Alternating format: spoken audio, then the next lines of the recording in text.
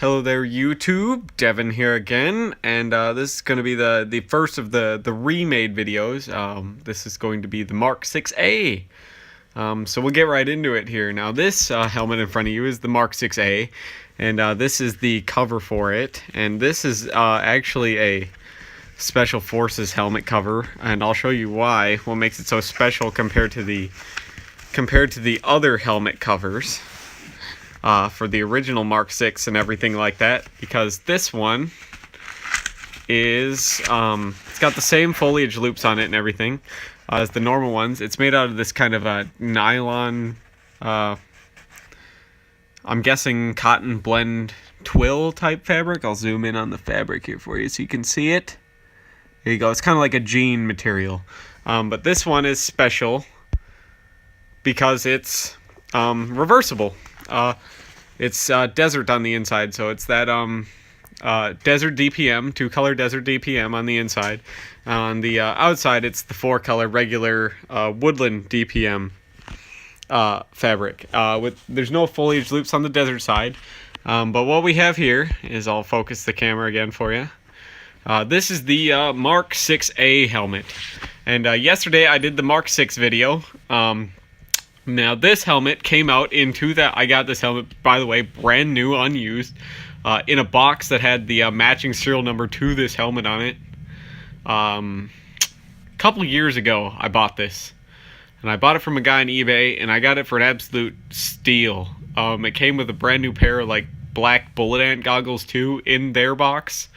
I got it for, 125 pounds. I don't know how much that is in US dollars, but I also got this web text band for it, and that same cover all in one lot. So this band is something the British use. It's just a piece of rubber to hold on the cover and stuff like that, as well as protect the rim of the helmet. So we'll get rid of that.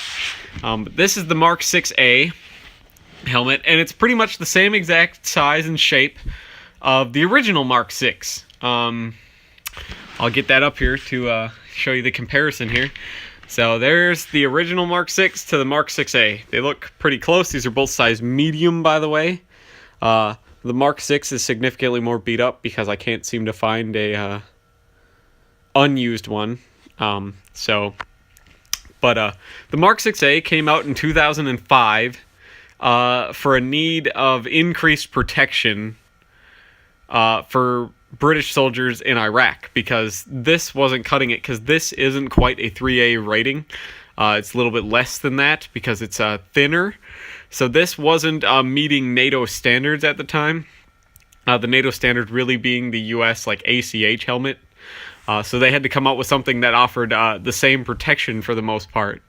The same ballistic impact protection as the ACH to meet NATO standard equipment specs, and that would be this, which is just pretty much a stopgap measure until something better could be found. This was actually only in production for 4 years before it was replaced by the Mark 7 helmet, the British Mark 7 helmet. They have the same exact liner pretty much, with some and the same exact chin strap and everything like that, except for one piece, one little change, and that's the crown pad. As you can see, the crown pad is kind of that Pazgat style with the nylon webbing and the loop, whereas this was switched to a mesh crown pad, which was a lot more comfortable, especially if you don't have hair. As you can see, between the Mark 6 and the Mark 6A, right here, I'll zoom in there. It's kind of hard to see on this camera, especially with the rims and stuff on this helmet, but the Mark 6A is thicker, actually, and it's a lot heavier than the Mark 6. Yeah. So this offered more protection, and pretty much just to fill that stopgap measure until something better could be found, they just really thickened the Mark 6 helmet and made it the Mark 6A helmet. But other than that, these helmets are the exact same. They have interchangeable liners. They have interchangeable chin straps. Everything on them is pretty much the exact same. They fit the same as the originals. As the Mark 6's, the Mark 6A will fit the same as the Mark 6. They pretty much, the only thing that changed really was the shell and that crown pad. So not a whole lot changed, but it offered a world of difference as far as protection goes. So we'll get this out of the way here. I'll get the Mark 6 out of the way. So now this helmet served for about 4 years until the Mark 7 came out. This was just, like I said, a stopgap measure to fill the need for increased ballistic protection. And this helmet, like the Mark 6, had a lot of problems with it as well, with British soldiers still. The fact that it tended to rock forward when you went prone, especially with the high-colored Osprey body armor, which the Osprey body armor is notoriously known for having a color that is needlessly high on it. It does offer protection, but as far as on today's modern battlefield, you really don't need a color that's that tall. So it would catch the helmet and it would slide your helmet forward and cover your eyes so you couldn't see what you were shooting at. And that was kind of remedied in the Mark 7, although not very well, because the Mark 7 also had the same problem.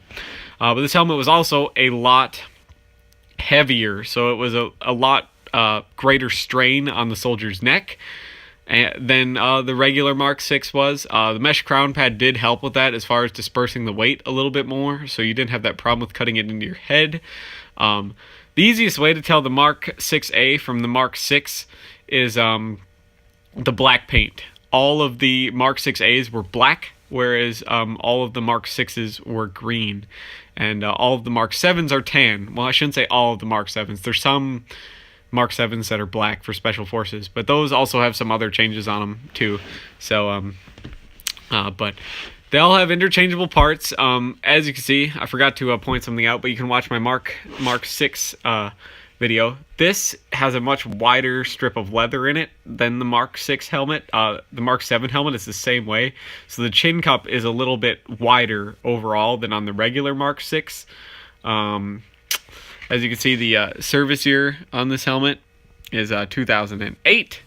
But this helmet was pretty much taken out of the box, dated and everything, and put back in the box. I'm guessing the soldier ended up using an ACH, from what I'm told, with the provenance on it, because he was a sniper, I guess, and a lot of the British snipers were actually the British military purchased ACHs to give to the snipers so that they wouldn't have that problem with going prone, and they wouldn't need to take their helmet off on the battlefield. So I guess this was a sniper's helmet, and he never used it because of the how the ergonomics of the helmet were on this exact piece. So that's how I got a really cool provenance with this helmet as well. So despite being literally unworn and unused, it also has a really, really cool provenance with it. And I got paperwork and everything with it too, which I was really, really glad to do. I like helmets with provenance. I also really, really like the Mark 6A helmet. I like it better than the Mark 6 because it's lots more comfortable. To be honest, I really like the British suspension system over the American one. I really don't like the pads, especially in the heat. I could see where this would be a lot better in the desert. I mean, if it wasn't black could attract so much heat and it gets so warm. I don't know why they decided to paint it black, but I mean, other than that, I really, really like this helmet, and I'm glad I could find it. And so hopefully you guys like this video. This one's going to be a little bit shorter because there isn't too much differences between the Mark 6A and the Mark 6. So I really can't re-say everything in the video. If you want to learn more, just go and check out the Mark 6 video if you want to learn some more information as far as the background on that helmet goes. So hopefully you guys like this video, and you subscribed if you're into this sort of stuff. Hopefully some of my British friends, if you have any experience with these helmets or the Mark 6 helmet family in general, any pros and cons to them, any things you liked, any things you disliked, leave the stories in the comments. I'd very much like to read those. So I will leave this video here, and hopefully I will see all you guys in the next video. Bye.